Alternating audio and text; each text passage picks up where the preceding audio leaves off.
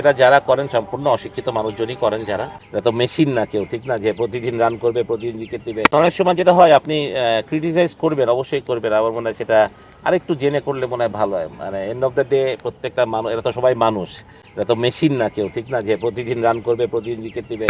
তাহলে তো ধরেন মানে যে কোনো দিন আর গাভাস্কারের রেকর্ড থাকতো না, বা এরকম রেকর্ড রেগুলারই ভাঙা হতো, ঠিক না?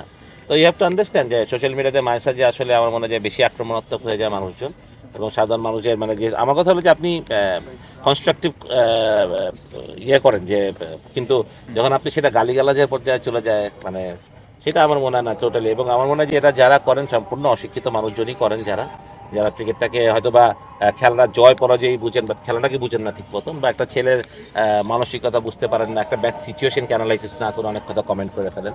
সেটা আমার মনে হয় অনেক সময় মানুষকে অবশ্যই তাদেরকে তাদের ফ্যামিলিকে অবশ্যই হয়তো বা, যেমন আমার ফেসবুক নেই, অনেক আগে থেকে আমি ফেসবুক একবারই মানে জীবনে ইউজ করেছিলাম, very short period of time. আমি জানি এটার প্যারাটা কতটুকু, কারণ ফ্রেন্ডরা বলে, যেমন আমার ফ্রেন্ডরা অনেক সময় বলে তোর নামে এটা লিখেছে, আমি বলি লিখুক, মানে এটা তো, কারণ আমি একটা কথাই শিখেছিলাম, মানে যেটা আমি আজকে বলি, মানে কথাটা সবাই হাসির, আমাদের গুরুতে আমরা সবাই চিনি। গুরু আমাকে বলতো যে আমার পেপারে অনেক সময় আমার নামে লেখা হতো এটা, তো উনি বলতো যে আজকের কাগজ কালকের ঠোঙ্গা। তাই অলওয়েজ রিমেম্বার ইট, আজকে যেটা বলে মানুষ কালকে সেটা বলবে না হয়তো, বা মানুষ না জেনে অনেক কথাই বলছে।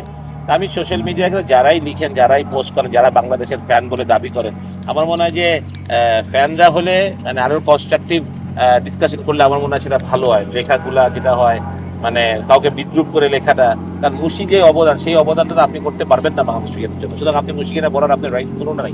বাট তারপরেও আপনি যখন বলেন সেটা আসলে আমার মনে করি ইটস নট ফেয়ার। বা মাহমুদুল্লাহর পারফরমেন্সকে আপনি যখন মূল্যায়ন করেন না, বা তার যে অবদানগুলো বাংলাদেশ ক্রিকেট, এটা তো আর 10টা বলে আপনি পারেন নাই, তো আপনি কেন এটা ছেলেকে নিয়ে বলুন? তার খারাপ সময় আপনি তাকে সাপোর্ট করছেন না।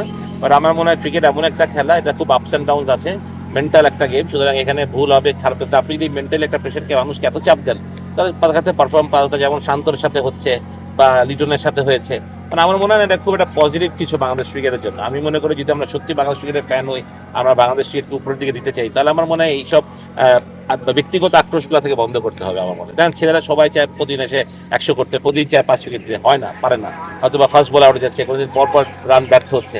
বাট তাই বলে কি ওরা কি চেষ্টার কোনো কমতি তো নাই? হ্যাঁ, আপনি বলতে পারেন যে তাদের একটা, বাট আপনি এটাও বলতে পারবেন না this is not a fucking musical chair, যে আপনি একটা ম্যাচ খারাপ খেললো একে বাদ দিয়ে দেন, আবার আরেকটা ম্যাচ ভালো, তাহলে আপনি বাংলাদেশে তো পাইপলাইনে আপনি 70টা প্লেয়ার লাগবে আসলে, সত্যি কথা।